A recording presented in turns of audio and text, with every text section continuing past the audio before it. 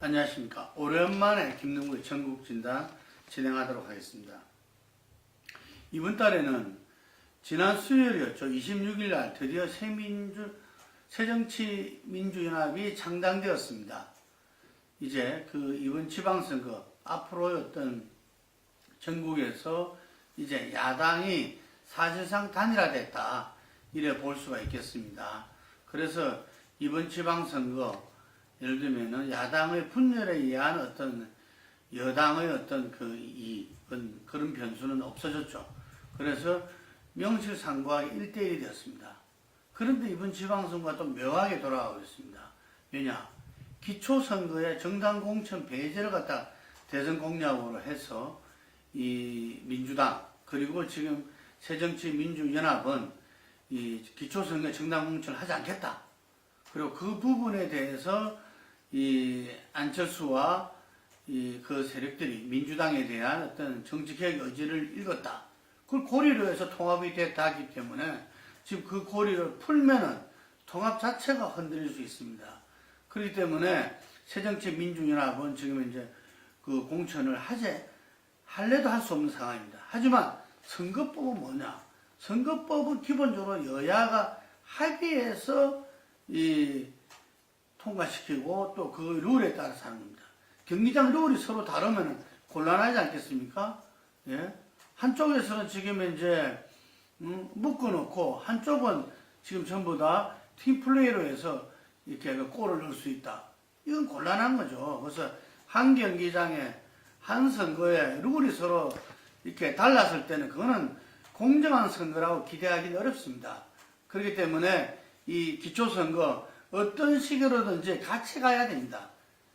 여가 대선 그 공약을 이렇게 준수해서 박근혜 대통령이 결단을 내려가지고 왜냐면 기초 공천을 배제하고 기초선거 정당 공천 배제해서 그 룰에 따라서 여야가 붙든지 아니면은 어쩔 수 없이 그 야당에서도 이 공천 부분들을 갖다가 그 룰이 도저히 바뀔 수 없다 하면 그 공천이 있는 정당 공천 룰에 따라서 후보를 뽑을 수밖에 없습니다.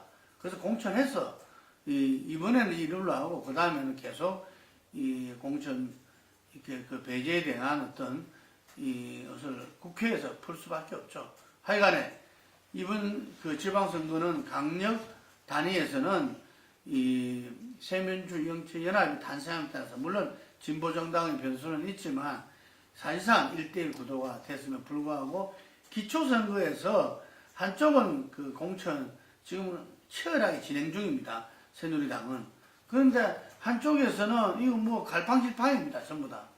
그런데 우리나라의 선거의 기본이 이 기초선거에 있는 구의원들이 말하자면은 각 지역에서 이 각 정당들의 어떤 이 피해의 어떤 뿌리입니다. 뿌리.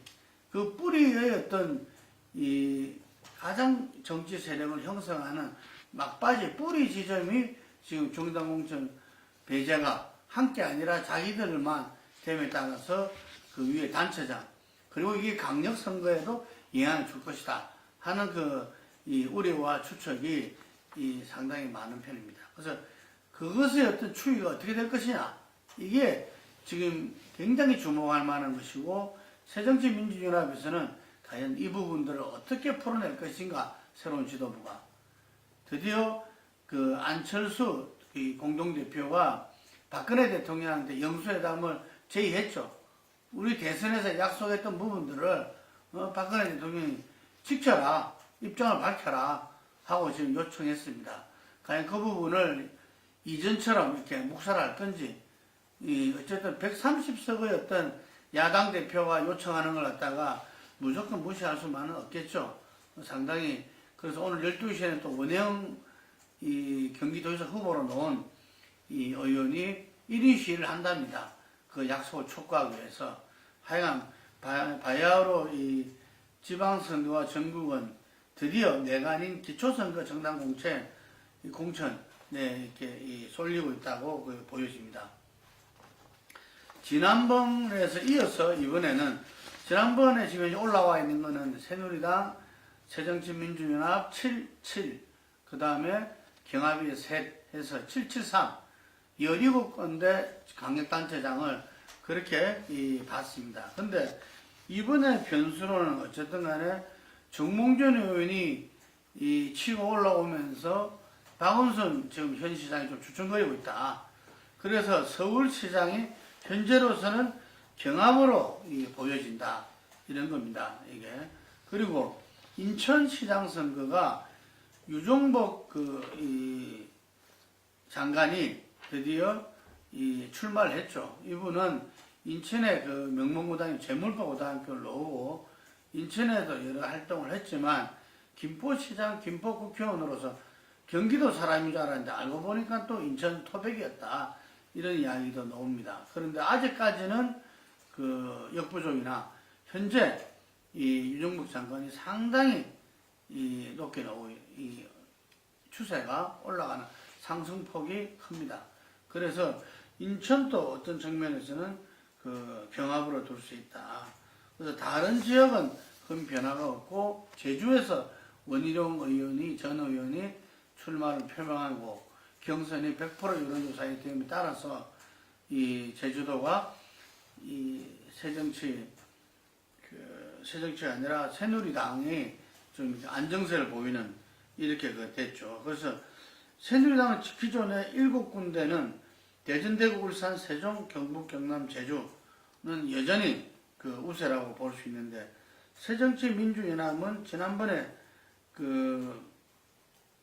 7군데에서 한 군데 더 늘어난 8군데까지도 볼 수 있었으나 이번에 보니까 오히려 서울하고 인천이 좀 경합으로 빠지면서 6군데 정도로 볼 수 있지 않겠냐. 이게.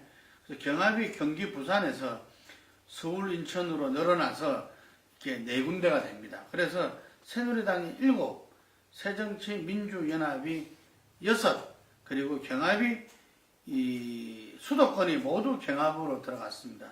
서울, 인천, 경기가 모두 경합으로 들어갔고 여기서 부산.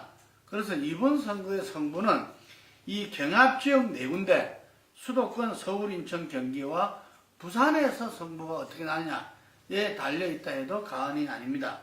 그래서 7, 6에다가 이 4가 어디로 가느냐 이게 이번 지방선거의 승패가 걸려있다 보고 아까 말씀드린 대로 기초선거에 있어서 어떤 정당 공천의 문제 한 경기에서 룰이 다른 승부를 할 것이냐 할 수 있나 해야 되는가 이 부분하고 이 2가지가 지금 현재는 이 주목 포인트라고 할 수 있겠습니다.